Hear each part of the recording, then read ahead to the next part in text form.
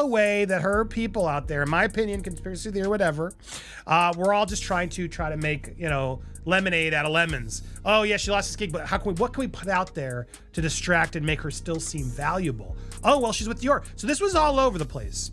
Hey, I'm Beebs Kelly. Welcome back to another video. Today, we are going to be discussing the entire Dior drama situation as it pertains to the Sussexes. Meghan thought she was walking into Dior to create her next Royal Meets Hollywood fairy tale. But the truth? Dior didn't give her a storyline. They gave her a lesson. A brutal, wordless reminder that not every luxury door opens just because you demand it to. It was a glowing Paris morning, that perfect golden haze that makes every corner of the Avenue Montaigne shimmer like champagne. The Dior headquarters stood there, majestic and untouchable. Every marble surface gleamed, every glass panel reflected pure prestige. Inside, stylists glided like ballerinas. Assistants moved in perfect harmony. Models floated from one fitting to the next, their couture whispering wealth. This wasn't just a building, it was sacred ground for fashion's chosen few. You either belonged there, or you didn't. And that morning, Meghan Markle walked in as if she did. Mixing the sort of high-low is the attempt that she's going for, but she doesn't bring in enough of that, low. Catherine, the Princess of Wales, tends to be really successful at high-low dressing, which I can't say that phrase without thinking of Ina Garten, who talks about high-low. But the energy shifted the second she stepped inside. The air grew heavy thick with that electric stillness before something goes terribly wrong. The soft confidence that Meghan carried when she arrived began to falter. What was supposed to be her grand re-entrance into high fashion suddenly felt like a silent face-off between entitlement and elegance. Her smile vanished, her team stiffened. Those poised Dior employees knew exactly what was happening. They'd seen everything before, from A-list stars to billionaires who thought money could bend etiquette. But this was different. Meghan wasn't on the list. No appointment, no fitting, no approval. Just her name, which carried more headlines than heritage. Still, the Dior staff remained calm. They were professionals, and Dior doesn't do chaos. But the silence in that lobby started to hum with tension. Behind the polished counters, assistants were already typing fast, eyes darting between screens. Schedules were double-checked, messages started flying upstairs, and within minutes, whispers spread like wildfire through every floor. Meghan Markle is here, unannounced. Claims she has a private fitting. Charlize Theron or Anna Taylor-Joy. No. Or Johnny Depp, official brand ambassadors for Dior. No, she is not about to do it. Despite a... Phones buzzed, emails flew. Confusion became a full-scale alert. Meghan's team stood tall, expecting doors to magically open. But Dior's world isn't Hollywood, it's hierarchy, precision, and heritage. And when Dior's head of communications finally appeared, the entire room changed. She didn't raise her voice. She didn't need to. Every inch of her radiated quiet control, the kind that makes people freeze mid-sentence. The tension became suffocating. Meghan straightened as if bracing herself for a duel she wasn't ready for. Her team looked uneasy, like extras in a scene that suddenly turned real. This wasn't the glamorous welcome they imagined, this was a power reality check. About to sign a deal with the French fashion house on Tuesday, today, a spokesman for Dior in Paris told Her posture grew rigid, her silence louder than words. It was supposed to be her moment of triumph, but Dior reminded everyone watching status means nothing when you haven't earned it. Because in the high temples of couture, grace, and reputation open doors, not demand and drama. Meghan had tried to force hers open, but Dior had other plans. They showed her in silence that true power doesn't flinch. Later, when the footage surfaced, it said everything. Meghan, arms crossed tight, eyes locked forward, jaw tense standing still, while Dior's staff carefully moved around her like glass figurines, trying not to shatter the moment. The atmosphere was frozen, almost cinematic. Everyone knew they were witnessing a collision between ego and elegance. One of them is just in really, really poor taste and shows that she's got no scruples, which I'm sure most of you are aware already. But the communications director finally spoke with that effortless politeness Dior is known for. Calm, controlled, precise. She explained there was no record of a fitting, no approval, no invitation. The words hit like a blade hidden in silk. Meghan didn't respond. Her silence was ice. In Dior's world, confrontation is gauche, dignity is everything. And Dior's response was the deadliest kind of dignity imaginable. They didn't argue, they decided. They didn't bend for celebrities who barged in. Their brand had been built by women who became icons, not by those who demanded to be treated as one. Grace Kelly, Princess Diana, Jennifer Lawrence. None of them had to beg for reverence, they simply were. That quiet 10-minute exchange sealed everything. Behind Dior's walls, Meghan's name was entered into the system with a single internal note. No future collaboration, no event access, no engagement, just a polite but permanent lock on every possible door. All of this came back, and yeah, it wasn't happening. So basically, Dior is out there, probably. No gossip, no eye rolling, just an elegant continuation of business as usual. Because that's the Dior way, silence speaks louder than scandal. But what no one in that marble lobby realized was that Meghan's sudden visit wasn't spontaneous at all. It was part of something bigger, a master plan months in the making. Wait a second. No. You don't get to use us for PR like this. So bravo to Dior. I'm glad I get to keep my sauvage and support you guys, because I would have been annoyed had this happened. That awkward moment was actually the grand finale of a long, calculated chase. For months, her team had been quietly pursuing Dior, sending proposals, making calls, pushing hard to secure a partnership that would crown her comeback. It wasn't just about fashion, it was about legitimacy. Dior was the jewel she wanted to claim, the final piece that would prove she belonged among fashion's untouchables. Emails were sent, follow-ups multiplied, and eventually desperation began to show. Her team's pitch centered around modern royalty, painting Meghan as the rebirth of grace, strength, and feminine power. To Dior's board, it sounded more like an algorithm than artistry.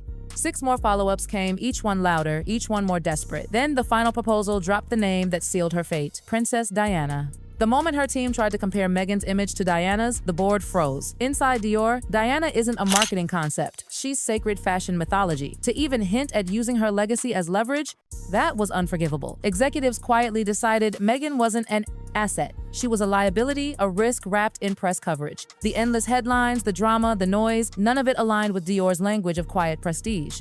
So, when she arrived in Paris, Dior didn't see inspiration. They saw calculation, a woman trying to film her own redemption through a brand that didn't want to play a part in it.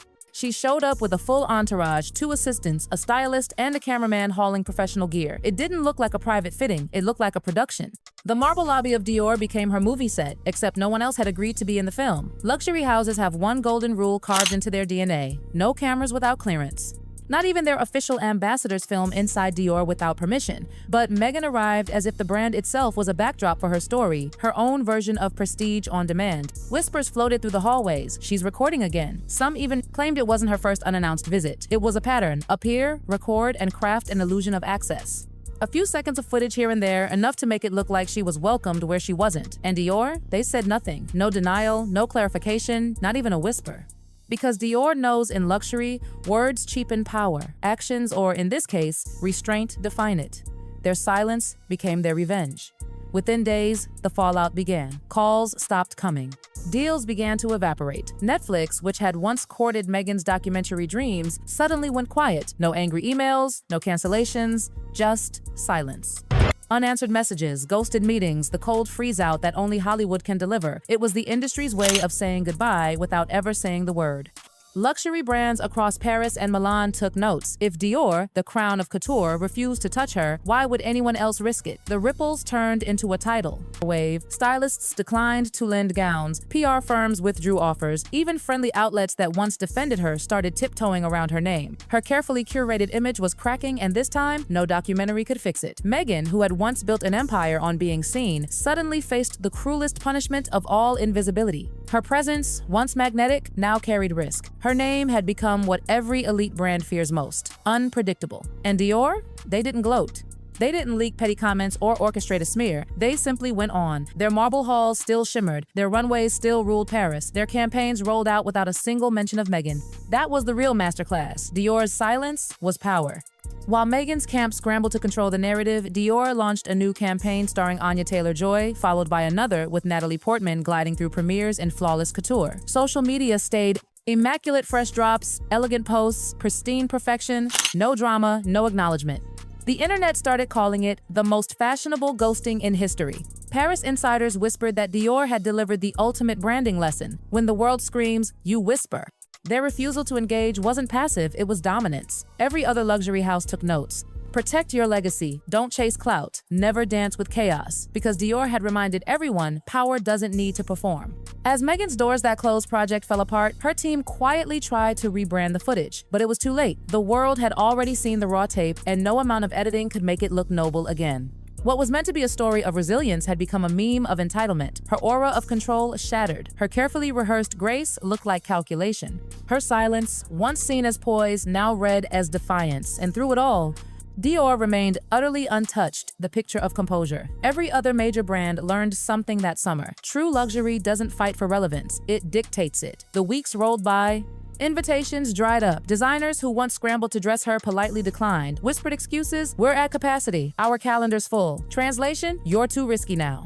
Even the tabloids that once adored her shifted tone. The very headlines she used to dominate now framed her as the outsider she tried so hard not to be. Paris had moved on and Meghan wasn't part of the guest list anymore, and through all of it, Dior didn't just win, they ascended. Their restraint turned into myth. Fashion insiders praised their composure, calling it a masterclass in brand control. The phrase, doing a Dior, quietly entered industry slang, meaning staying silent while your rivals self-destruct. Because in the end, Dior hadn't destroyed Meghan with words or statements, they did it with grace. By refusing to acknowledge the noise, they made it deafening. Meghan had walked into Dior's headquarters seeking a redemption story, but what she found was a mirror. And in that mirror, the truth was unmissable. She wasn't being rejected because she wasn't royal enough or famous enough. She was being rejected because authenticity can't be staged. Her entire plan to film her rejection, reframe it, and rise above imploded. The doors that closed didn't symbolize resilience anymore. They became the literal truth.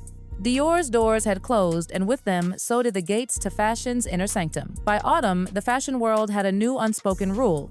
Don't be Meghan at Dior. Dior didn't humiliate her. They didn't need to. In their world, the ultimate punishment is indifference. The brand didn't erase her, they simply acted like she never existed. And that, in luxury terms, is worse than scandal. It's social death wrapped in couture. For a woman who once built her empire on being watched, the quiet was unbearable. Every headline that had once chased her now belonged to someone else. Every flashbulb that once blinded the crowd now illuminated newer faces, ones the industry trusted. And so, Meghan's story came full circle. She walked into Dior thinking she'd control the narrative, but Dior doesn't share its spotlight. It defines who earns it. That's why, to this day, insiders still whisper about that morning in Paris, about how one woman's ambition collided with a house built on restraint, and how Dior, without saying a single word, managed to destroy a PR fantasy with elegance so sharp it cut deeper than scandal. She tried to turn Dior into her redemption arc. Instead, Dior turned her into a cautionary tale, because in fashion, real power doesn't tweet, explain, or justify. It just exists, untouched, unbothered. And Dior remains the definition of that. Power. In the end, the loudest sound in this entire saga wasn't Meghan's voice, it was Dior's silence.